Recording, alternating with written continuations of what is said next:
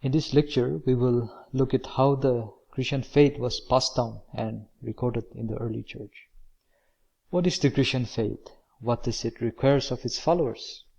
Jesus did not leave behind any written document to explain or instruct on the Christian faith.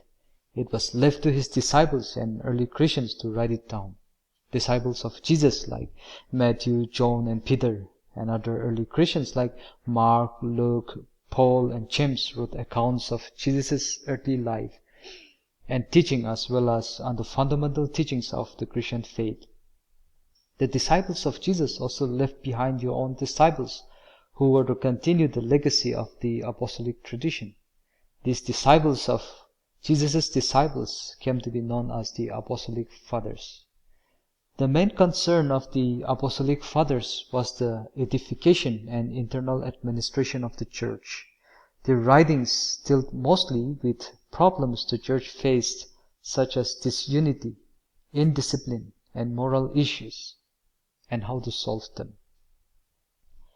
The earliest non-New Testament writing known to us is the Epistle to the Church at Corinth, written by Clement of Rome, a disciple of Paul.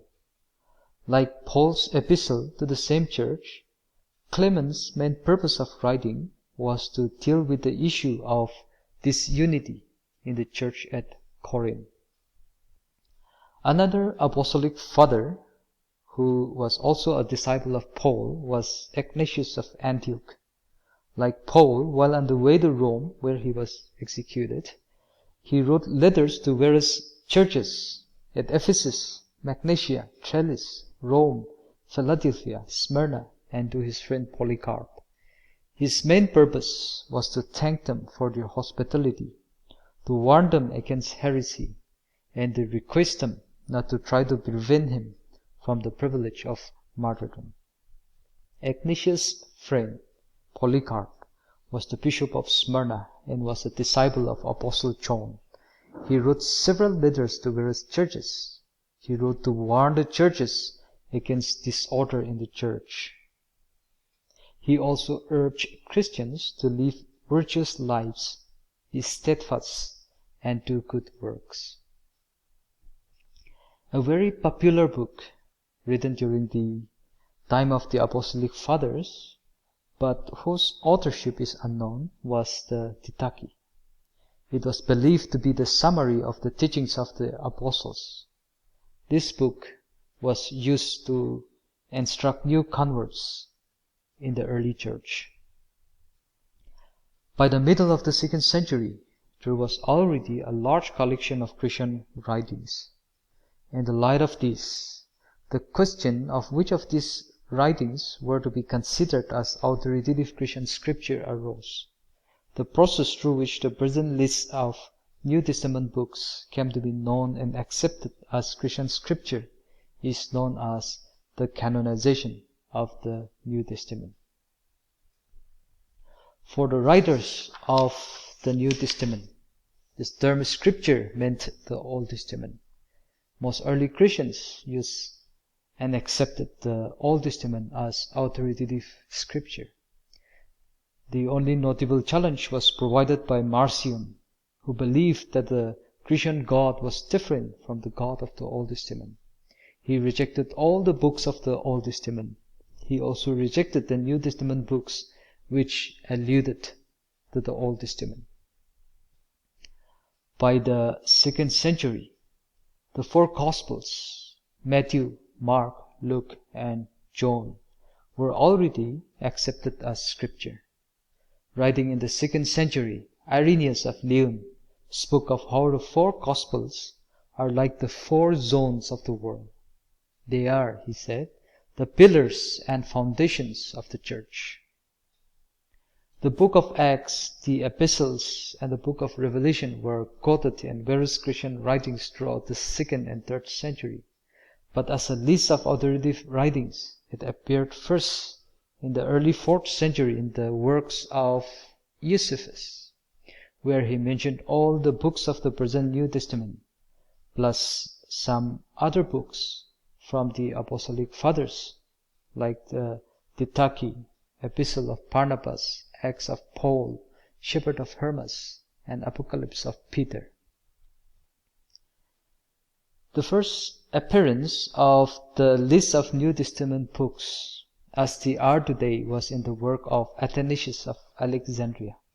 Writing in AD 367, he listed the 27 books of the New Testament as scriptures. Thus, by the end of the 4th century, a consensus seems to have achieved on which books should be regarded as authoritative Christian scriptures. The accepted list of the New Testament writings is known as the canon of the New Testament. The term canon means measuring stick. The New Testament canon is the rule that measures the orthodoxy of the Christian faith.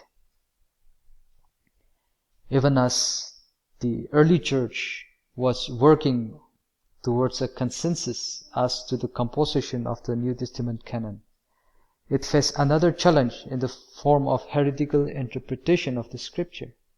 This necessitated the early church to refute them with doctrinal statements in the form of creeds. One of the earliest Christian creeds was what is known as the Apostles' Creed. Tradition has it that after the Pentecost event, the apostles gathered in one place and drafted the Apostles' Creed as a summary of the Christian faith.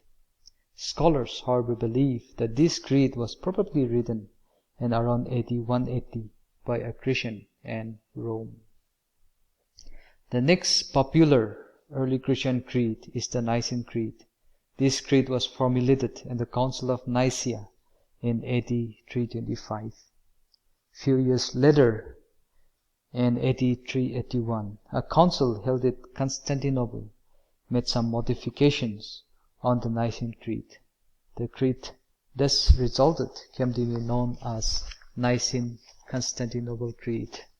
This creed, often simply referred to as the Nicene Creed, is the most widely accepted Christian creed today. For the early church, doctrinal unity was very important. This unity, they believed, was to be found in the apostolic tradition. The canonization of the scripture and the creed formulations were attempts to assert and preserve the apostolic tradition.